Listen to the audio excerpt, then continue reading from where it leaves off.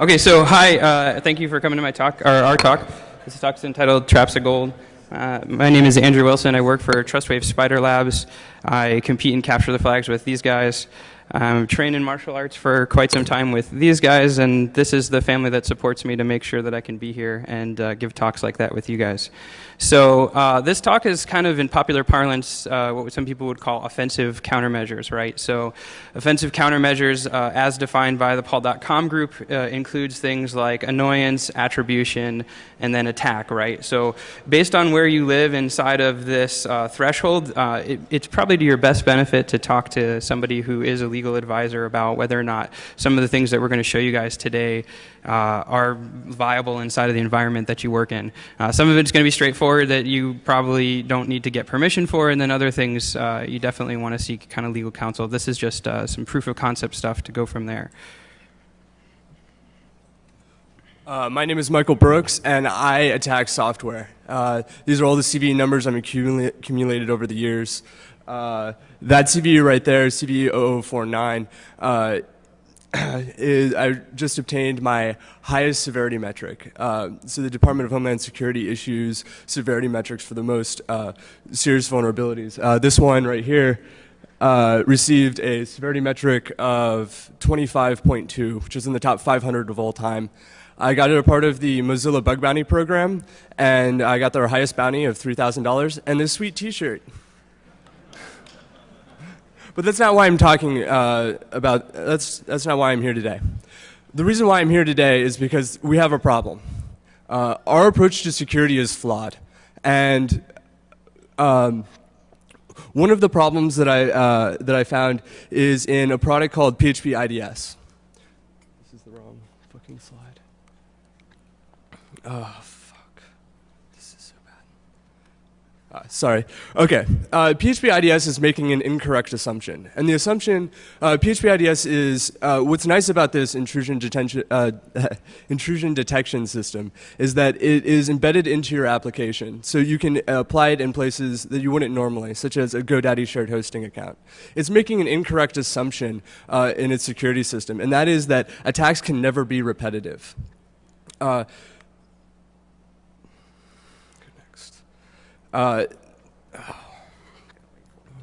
This is the vulnerable piece of code.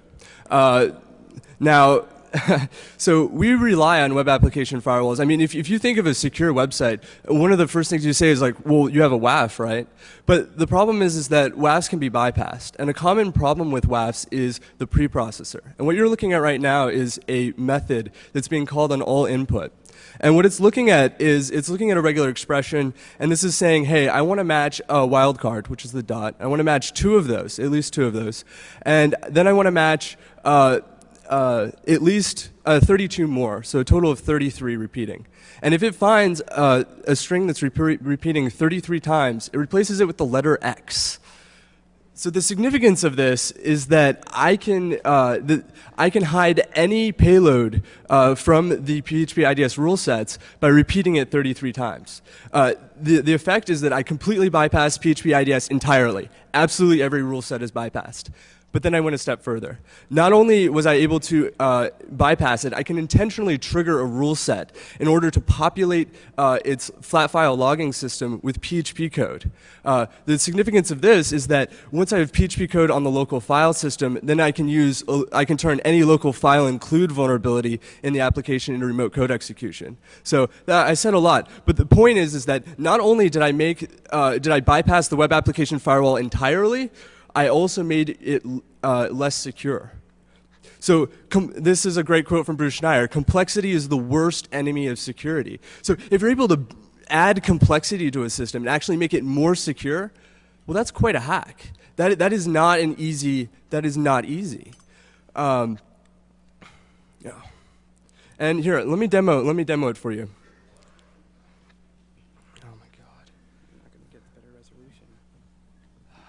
Can you please?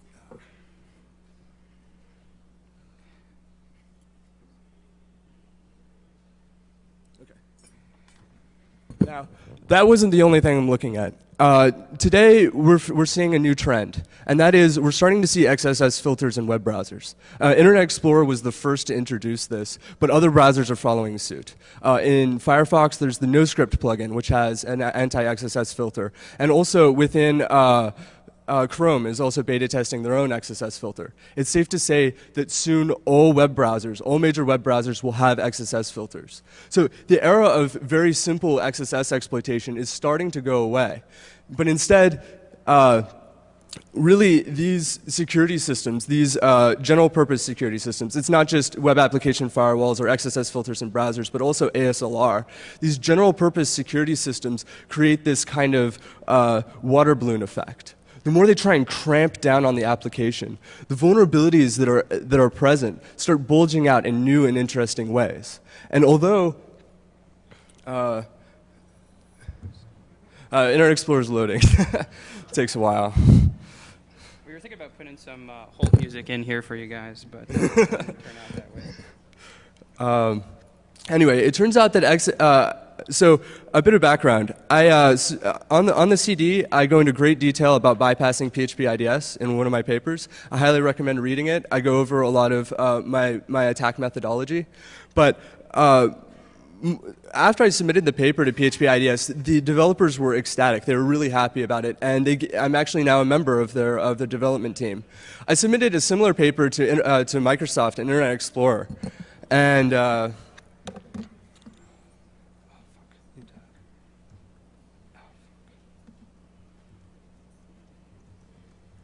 so I submitted a similar paper to Microsoft, right? And basically it's this. I showed that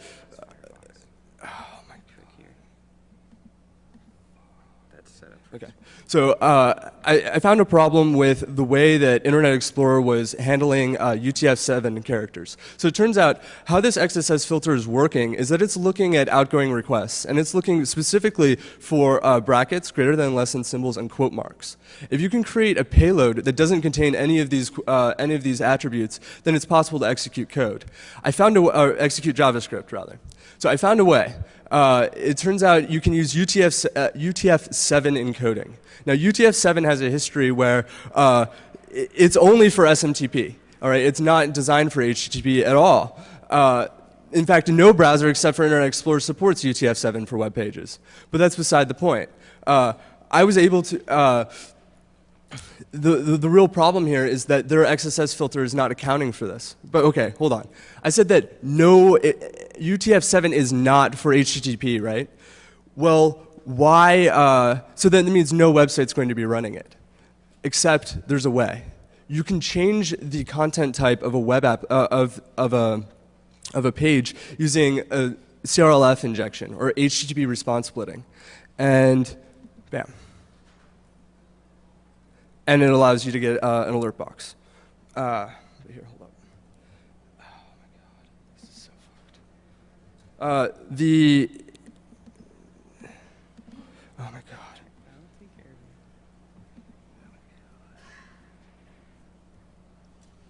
Back. Oh my god. The computer just crashed. Sorry, technical difficulties. Yeah. Memory. All right. I apologize. I was going to show you a great masterpiece, and that is that I was going to bypass both PHP IDS's built-in rule set for XSS and Internet Explorer's rule set for XSS in the exact same attack. That it is possible to bypass both filters on the browser and the server, and be able to execute code ultimately. So it doesn't matter. It doesn't matter that we're adding all of these new filters if really the fundamental problem remains, and that they can be bypassed, they can be fooled. So we need another approach. Screw slides. We could do it from memory. Okay, so why talk about all of this, right? What's the point of explaining, really a bypass to PHP IDS, a bypass to Internet Explorer, is that these are supposed to be like defensive products that we're going to be relying on for the security of applications. And kind of as Michael was pointing out, this system is stuff that we're going to be relying on more and more as we get into the future, right? So you kind of saw a slide there for just 2 seconds before we crashed about frustration, right? Is anybody here earnestly in the room think like the secure development approach is working, right? We see the news every day, and some major company, some data breach, not just a small one, but a really large one comes into play, and it hits people in pretty negative, impactful ways, right? So everybody's kind of getting hit with that. And we feel that the ultimate reason for that is kind of our approach to dealing with security has been a quality issue, right? It's a bug. When you look at books that are in popular use today, stuff like the Secure Development Lifecycle from Microsoft and then Secure Code and some of the rugged movement stuff, we treat security issues literally as if they were a quality concern, and that's how we approach it, right? So we took strategies to mitigate security issues like it was a bug, like it was a quality concern, and that starts with patch management, right? So patch management takes an approach that says you find a bug, it's in production, we've got to fix it. So you write new code that fixes the abuse scenario, so that way you can actually go ahead and make it safe, right? But that tends to come with some baggage, right? The first problem is that if you have a bug inside of a production system, right, it's available for people to exploit it. And if it's a known exploit, you run this patch window lifecycle, right, where Microsoft puts out a patch on Patch Tuesday, it's reverse engineered on Wednesday, and then you have a time between that patch, that release, where anybody who hasn't updated on the availability of the release is still incredibly vulnerable, right? So there's definitely some issues with that approach. And then you run into a secondary issue where the patch itself may not necessarily be something that actually fixes the issue. It might be a temporary fix, or it might be... There's also another problem. Like, really, the problems with IE's XSS filter are trivial to fix. It would take an afternoon. But they didn't even recognize there was a vulnerability. They're not, and they won't even fix it. It's a constant problem. Like, back in 2004, there was an interesting vulnerability that was released in IE. It was called the IE drag and drop vulnerability. All right, it allowed in the vulnerability in the attack, the victim picks up a carrot and drags it. Just as if it was a game. And the only problem is that that's not a carrot. It's actually an executable on a remote share, and you're dragging it into your startup folder. You could get remote shell on Internet Explorer for 2 years, and Microsoft said, that's not a vulnerability? Like, you've got to be kidding me. Ultimately, they did patch it, and even... So 4 years after this attack was, it wasn't until 4 years later that the term clickjacking was even coined. But it's recognizing that there's a problem is an important step. Yeah, so patch management obviously was not ideal, and everybody kind of knows that, right? Anybody who's done secure regular development doesn't want bugs in production, right? Because bugs in production is no bueno. The problem with that is that we move forward. We move forward to, here, let's just play it from here. So patch management, Oh, and the computer crashed again. So I guess we're going to do this whole thing from memory. That's fine. No big deal. It is a Mac. Apparently, it has not been watching enough TV. That's my theory. Okay, so screw my laptop. So SDLC, right? SDLC came out as a measure to say, hey, bugs in production, that's definitely not the way that you want to go about doing this, right? Because inside of that system, was that? Just try booting up again. Yeah, I'll try boot up again. Inside of that system, you want to deal with it proactively, right? So you build it into your development lifecycle. It becomes something that you have to deal with. It becomes an earlier system. You start defining it. You come up with quality gates. You do threat models. You work inside of the system and make sure that it works for what you're doing as your dev cycle. And then at the end of the day, it's sort of a process of refinement, right? You try to reduce known vulnerabilities inside of the application.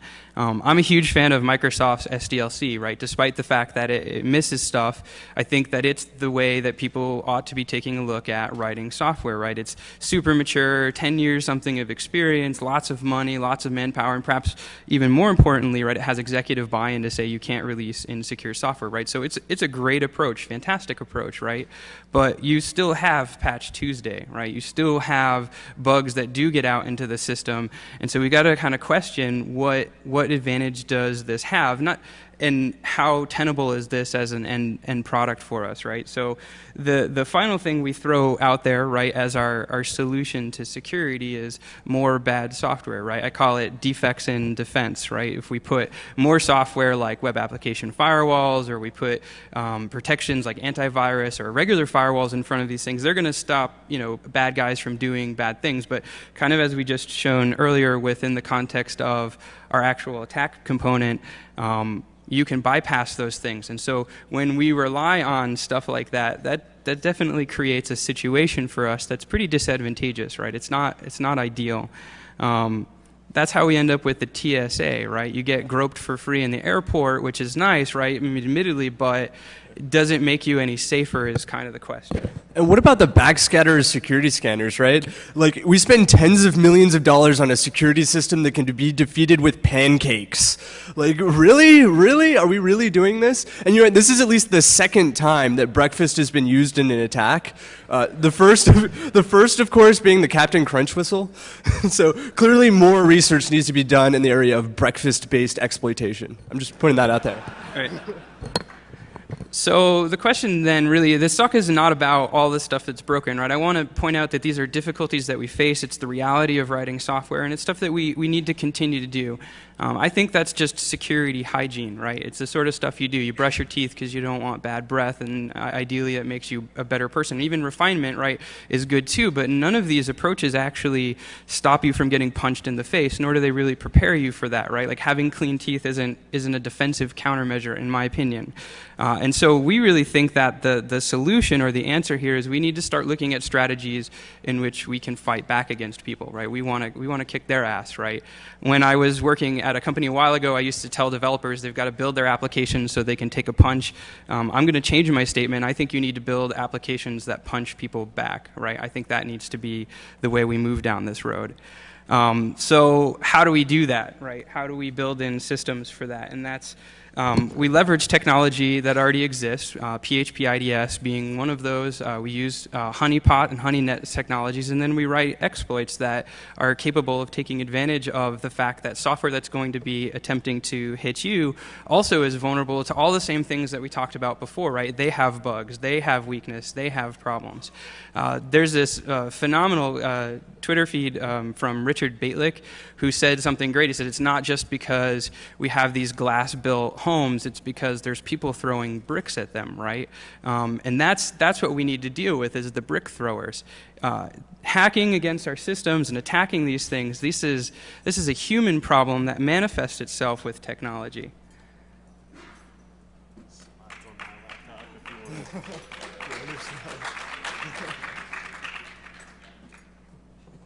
Check this out.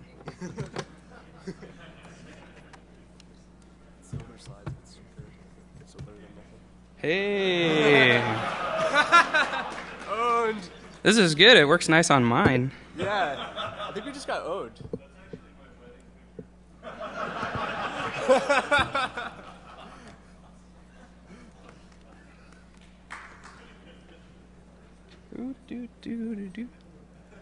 Oh, it's not mirroring. All right, well, that was a nice idea, unless you can fix the mirroring for me, too. We'll just move on.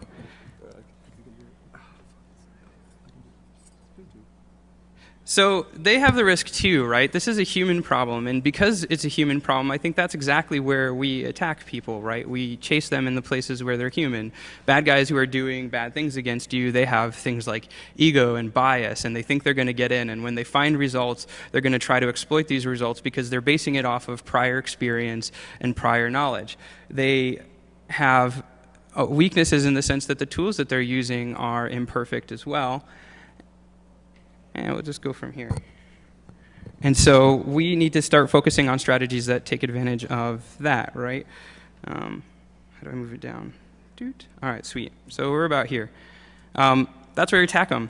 When we look at how we're going to do that, we're going to leverage stuff that other people have done, and that includes IDS systems, honeypots, exploits, and we're going to put those together in a fashion that we can trap people inside of our systems to create things like better attribution, shut down their tools so they ignore particular content areas, or in certain cases, just completely shut them down entirely. So a thing about lying, like, we're worried about China hacking into us, right? Well, we're worried about them getting a leg up in business, but that's weak. China is being weak. If they have to rely on you to break into you to get a leg up, what happens if when they hack into you, you give them information that you want them to find, that you use that against them, that they steal a secret that you want them to have? Something to think about. Right. If they can social engineer us, why can't we social engineer them, right? So people will say, potentially security hygiene is a way that you are fighting back too, right? They might say that. And I would kind of classify that as more of like a war of attrition, right? When you look at how people fight combat, how they can, compete in combat, there's really two strategies. There's an attrition-based model and then a maneuverability model, which is kind of a modern-day guerrilla warfare combined with some other things, right? And in a war through attrition, the idea is that I'm going to gather as many resources as I possibly can, and kind of who has the most arms wins, right? If they have 4 nuclear warheads, I've got to get 10, right? And then when they get 10, I've got to come up with a better nuclear warhead, so then I'm kind of the winner, right? That approach is expensive because it costs to build it up. It's expensive because it costs to maintain these things. And then it's expensive in the sense that if you actually go toe-to-toe with these people, it's pretty deadly when you actually start talking about it in real tangible terms of human life, right? But that's not actually how the bad guys are attacking us. They're taking an approach, whether conscious or unconscious, of maneuverability, right? It's like our good guys, our defensive line, wants to create a football team, right? So we get the very best football players we can find, we give them the best food, we work out with them in the best equipment, we do the best training, and so they're the biggest and the baddest, right? And they're going to shut down the offensive line, and when they show up to play the game, they're there to win, right?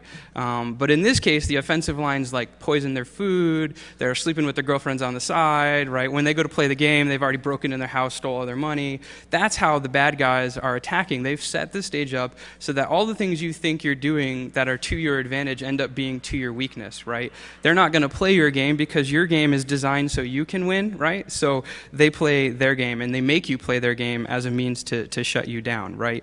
And so if we look at strategies, I think the people that we want to look to is people who are actually fighting in a capacity to do that. And in this case, we've kind of based a model off of the United States Marine Corps. So maneuverability, just kind of at a historical reference, comes from a gentleman primarily known as John Boyd. I don't know if you're familiar with the OODA loop, but he's kind of the guy who is behind that, and he's definitely behind maneuverability, right? Maneuverability at its core, as doctrine says, we aim to shatter the cohesion of our opponents so they can't make decisions in a timely manner while we gain strategic advantage and basically obliterate them, right? We're going to use their stuff against them. We're going to stack the deck in our own favor. This strategy is based off of 3 major components, right? The first being ambiguity, the second being deception, and the third ultimately being tempo, right?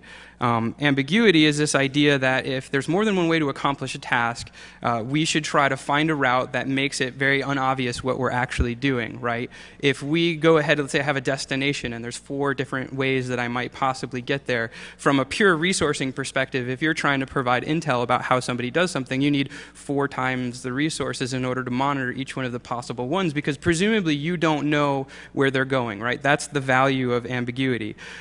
But that's not how we build apps. We build our applications like they're billboards, right? We're proud of the fact that we wrote it in Java, or we're proud of the CMS that we built it on, or we're proud of all the developers who were involved. That's why we leave dev comments all over the place, right? And we make it as if, hey, not only am I going to this destination, but here's how I'm going to get there, here's who I'm taking along with me, and here's all the gear that I'm going to be packing with it, right? And so some of the ways we see that are server banners where we tell people what we're running. Oftentimes you don't need those, right? It's not of any value to stuff. And when you start measuring that against things like the Shodan project, or when people are doing Google dorks, when they find an exploit in a CMS or something that you might be using, like those are pretty compelling reasons that you might not want to actually sit around and tell people that stuff, right? File extensions, your browser doesn't care about file extensions. If you send them HTML back, for the most part, your browser is fine. So unless you have a use case where you have like different mappings for how the file extension comes back, that's mostly a server-side processing issue. And in most cases, you can completely disable that and not say, hey, I've got PHP, or hey, I'm running ASP.NET, or hey, I'm running Ruby, right? Those are things that are unnecessary. And then finally, default files, right?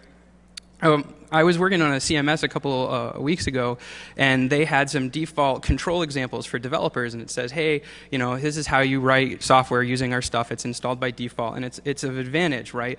But the problem is that these control examples were bound to the top node of the CMS, so they could look at every single part of the application with unauthenticated access. So from a default control example that was left enabled, you could completely bypass the majority of security in the entire CMS off of a default file, right? So these are most often unnecessary, and in fact, these are some of the things that when you start looking at things like JoomScan or CMS Explorer or any of the tools that are based around fingerprinting, they're going to be using these tools as a means to identify how you've built your application, what plugins you've got enabled, and how they might actually go about attacking them. So if knowing's half the battle, you should shut up, right? That's what this is about. It's not, you just don't be so obvious about everything you're doing. And that's kind of the first step, right? So the next step is deception, and this is where we kind of get into the fun stuff. Deception's about lying, right? We're going to convince people that we're doing stuff that we're not, in fact, planning on doing at all, right? Instead of saying, hey, I'm going to this destination, everybody plans and gets themselves situated to do that, don't go to that destination, right? Set them up to do it. It's a trap. Or maybe you set up ways that if you go to that destination, you're going to get ambushed as you get there. And there's a couple of ways that we might go about doing that. Reduce the things that they can know. We lie about everything else. And we could do that by increasing the noise. We can blatantly lie about stuff. And if I had a computer to show you, I've been able to trigger every single vulnerability that's identified through major security tools like NIC2, for instance. I can trigger 54,000 or 5,400 vulnerabilities inside of it. If you scan my site, I could tell you every single thing is valid, right? So how do you figure out which one of those is valid if you're trying to scan my system and try to identify components in it? In PHP IDS, I added a system of triggers. So when a particular rule set is hit, let's say it's a blind SQL injection test, and they're trying to get us to sleep for 30 seconds. Well, when I see an incoming request, PHP IDS flags it, and then I look at it, I'm like, well, how long do they want me to sleep for? I pull it out with a regular expression and sleep for that period of time. This fools every scanner. Another thing, like what happens if they're trying to use directory traversal and they're trying to grab like /etc psswd? Well, we'll just print out that file. That's fine. It's a fake. It's not the actual file. The same thing goes for Windows files, like trying to get win.ini. And the point is that it's easy to fool. These tools are trusting. They're not planning on someone lying to them, and so they're easy to manipulate. So I actually have a slide in the one that doesn't crash where this isn't like to pick on NIC2, right? This NIC2 is just an example of a tool that we use to do this, but we've been able to actually trigger false positives on just about every major scanner, commercial or uncommercial, on the industry today. We can lie to them, we can subvert their ability to make cognizant decisions, because ultimately when it boils down to it is they have this pseudo responsibility of being safe, right? They don't want to shut you down, which means they're not going to exploit stuff that they find. And if they don't exploit stuff, they're just collecting evidence and saying, hey, it kind of sort of looks like this. So you might as well lie about the evidence and make sure that happens. A secondary issue with this, kind of a corollary, is how these things work.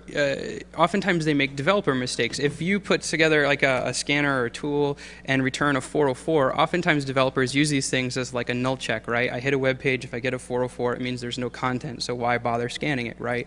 Well, the problem is that your browser actually doesn't care about what the status code comes back. It'll render that content anyways. And so one of the ways you could actually evade content being discovered is if you take and return 404s for all your 200s, it makes most scanners disappear by default, and they can't identify stuff inside of it. It's actually really trippy if you're using a popular scanning tool that's everybody uses in the industry or for regular work, and you try to spider off the index, it actually makes the entire web page disappear, because as it's finding stuff, it says 404, 404, 404, and so you can't rely on it for results. They don't get included when you try to do other more advanced analysis against it, because as far as the tool is concerned, the content doesn't exist at all. Right? So that's not necessarily going to fool people. That's just a design strategy to say, hey, these tools are running automation against us, which in and of itself is pretty bad, because if you think of the Impervious study that just came out and you are getting scanned once every 2 minutes, maybe shutting down the scanner's ability to do that would probably be to your advantage. So people, right? This is a people problem. And kind of as Mike was pointing out, some of the lies are a lot better than other things. When you get into forensics and you're trying to understand what happens inside of an application, the only way that you're going to be able to really understand it is to start exploiting it and get information back out. And if you can create a scenario where, like he was talking about, you're getting back the files that you're looking for, you're getting back the blind SQL injection that you're expecting, everything is working along the testing route that you've already prepared yourself to do, why would you believe that's not valid? Why would you give it up and say, hey, maybe something's wrong? Personally, I think I'd probably spend a really long time trying to figure out what I'm doing wrong, as opposed to thinking, hey, maybe they're lying to me, right? But then it can take it a step further. Like, why can't I seed my application with tripwiring? Why can't I create form fields inside of my app that do absolutely nothing other than, if you tamper this, I know you're tampering with stuff, right? Then you put that inside of a secondary database that's isolated just like you would a honeypot, and you can actually let them exploit it. You can let them run the full broad spectrum, completely isolated away from your production environment, but while you're doing this, you're building attribution. You're building a case against them. You know at this point it's probably not a scanner anymore, and it's probably somebody exploiting your system, and you actually have a case that if you want to build this attribution for prosecution later, you've created better information, better intel about what they're doing against you, right? And that leads into tempo. Tempo is about initiative. A lot of people think of pace or tempo, they think speed. And maneuverability does have some concepts based in speed. If I can overwhelm you by creating and putting forth a greater effort before you can start actively making real decisions about it, I'm pretty likely to win. If anybody compete in any games like chess, Go, any things like that, boxing, you never win if you play their game, right? You can't win if you play their game. You have to take initiative and you have to keep it the entire way through, which means you can't be relying on reaction. You have to be relying on awareness and then proper decision making. There was a study that came out a couple of years ago where they had junior tennis players and then advanced tennis players, and they were measuring reaction speeds to see who was faster, kind of make some notices between them. And they found that the difference was actually fairly nominal in the context of overall reaction. But where the juniors were failing and where the expert players were exceeding is that the junior player would wait until the ball was hit before they start making decisions about where to go, whereas the senior people were doing things like watching where the shoulder was moving or how their hips were turning and how their arm was coming up, and they were getting intel quicker into that process so they could make better decisions, and they weren't relying on reaction. They weren't relying on trying to catch up. They were changing the pace to their own advantage and using that as a way to decision against people and do it. So that's something that we need to do that. And if we build a system like we're talking about, where it has IDS systems inside of it that are creating a bunch of false positives, effectively embedded honey nets, you can create a perceived attack surface that's completely different than the actual surface of attack inside of your system, right? So as people are going down this route, you've already gotten visibility into the fact that they're doing bad things against you. If you feed this into a sim, or ideally a project that lets you create better decisions against it, you can then use these things to create a scenario where you can decide how you want to respond, right? You can kick them out of your system, you can shut them down, or you can potentially attack them as we get to it, right? So, yeah. That's where I think the App Sensor project, right, the OWASP App Sensor project actually has a lot of value. The stuff that Michael Coates is working on is that application has to be embedded in the context of awareness as to what's going on inside of it, which is why we chose PHP IDS as our base model for this, because it lives inside of the application.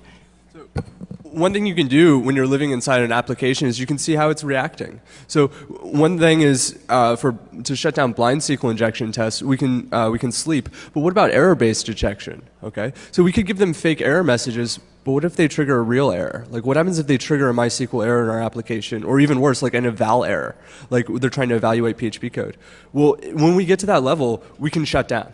We know that they've broken something critical in the application, and we can kill the application, write a kill bit, and if that kill bit exists, then do not run. And the point is that, yeah, okay, this would turn, this is now a denial of service attack, right? But it's a hell of a lot better than remote code execution. You can go back and fix that. So we're not playing the game. We know that you've gotten too far, and we can shut down. So how do we put this all together, right? That's the real question. And we love it when a plan comes together, of course. And so we talked about like misdirection with the 404s. We've talked about shutting down tools, scanners, completely invalidating their results. And in some cases, as we were hitting scanners, we can just crash the scanner remotely by accident, right? At least one or two major scanners that we've hit this with, we've actually been able to stop the scanner from working completely inside of that, so we can increase awareness as to what was going on. But the real question is, can we attack people with the scanner or through the scanner? And I think, yes, we can.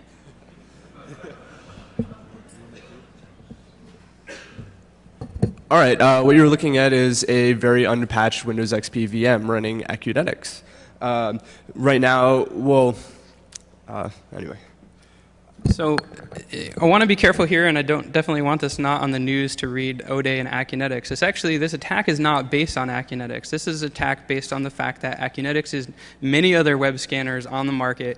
When they're trying to parse information and you want to do that well, the only real way to do that is to use an embedded browser or to use the browser that's on the system, because you need to execute JavaScript, you need to execute the HTML in order to get a real clear picture for instance, little things like if they have AJAX requests on the page and content comes back dynamically. If all you're doing is an HTTP GET and then parsing the results back out, because there's no dynamic execution environment, you'll never see any of that content, right? So commercial grade scanners, or particularly advanced scanners, good scanners, quite frankly, they're going to be using this as a mechanism to gather intel about what's going on. So let's pop this. So you should attack them exactly in that spot. Ah. Not that kind of pop. All right. Okay, so actually what I was doing was scanning Metasploit. And hopefully, and now there's a shell. You notice it popped it in Web Vulnerability Scanner 7. So it popped just fine. Now, really, so what's happening here? Like, we heard about the Zeus botnet being leaked, or the source code for that. So these black hats have these great tools to attack the web browser. Well, what about using these tools to defend ourselves? What about having Zeus installed on your production server with a disallow, saying, hey, disallow, don't go to /Zeus. Because if you do, you're going to get owned. Well, a web vulnerability scanner is going to ignore that. It's going to see a disallow, and it's going to go there purposefully. And in that case, it would be owned. Interesting side note, I've tried a number of vulnerabilities. Like I tried the ANI animated cursor vulnerability to pop the scanner, and that was the first thing I tried. It didn't work. So one thing to note is that a lot of these scanners, it's not executing the graphical part of it. So maybe some of the image-based attacks, like we're seeing some of the new SVG-based attacks or OpenGL attacks on web browsers, like these are graphics-based, and if you're running a browser headless within a scanner, it's not going to be executing this complexity, and that's not really a part of attack. So maybe it has a smaller attack surface than your average web browser, but it's still huge. Like in this attack right here, we're using an ActiveX exploit, and come on, ActiveX has been a festering wound in Internet Explorer since the beginning. So, and it is a valid avenue of attack against some of these web browsers that rely upon IE. Yeah, so there you go. We took over somebody's box as they were attempting to scan us. Can you switch me back? So you definitely don't want to put this in a place that's going to be like blatantly obvious, publicly accessible, because that creates obviously legal problems. And kind of as we talked about the system before, I think I'm 4. As we talked about the system before, there's some legal ramifications to this, and I don't necessarily want to undercut that, right?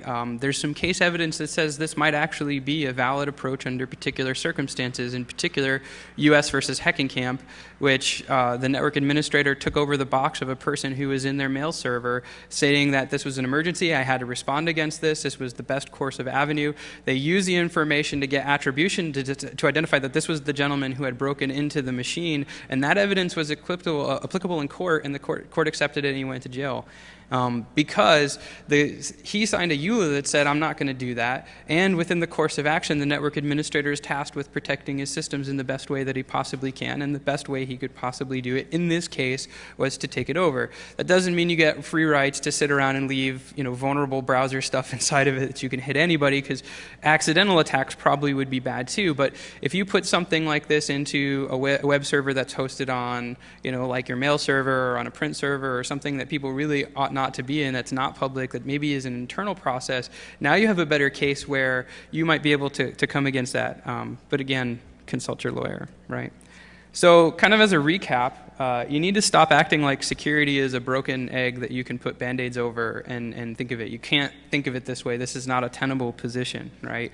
You need to start thinking like, I'm going to kick your ass, right? Like, you need to think like this guy, because I'm not a rooster, but I'm actually a little afraid of him too. This isn't somebody you want to mess with. This is somebody who looks like, if you start playing games with me, I'm going to take you down. And that's how we should be treating security as we're looking towards it, and stop thinking about purely in terms of vulnerabilities and think, how can we shut you down? How can we take that back? And how can we regain our pride, right? And that means we should fight back, right? That's what we need to do. So that's it for us. Yeah. Any questions?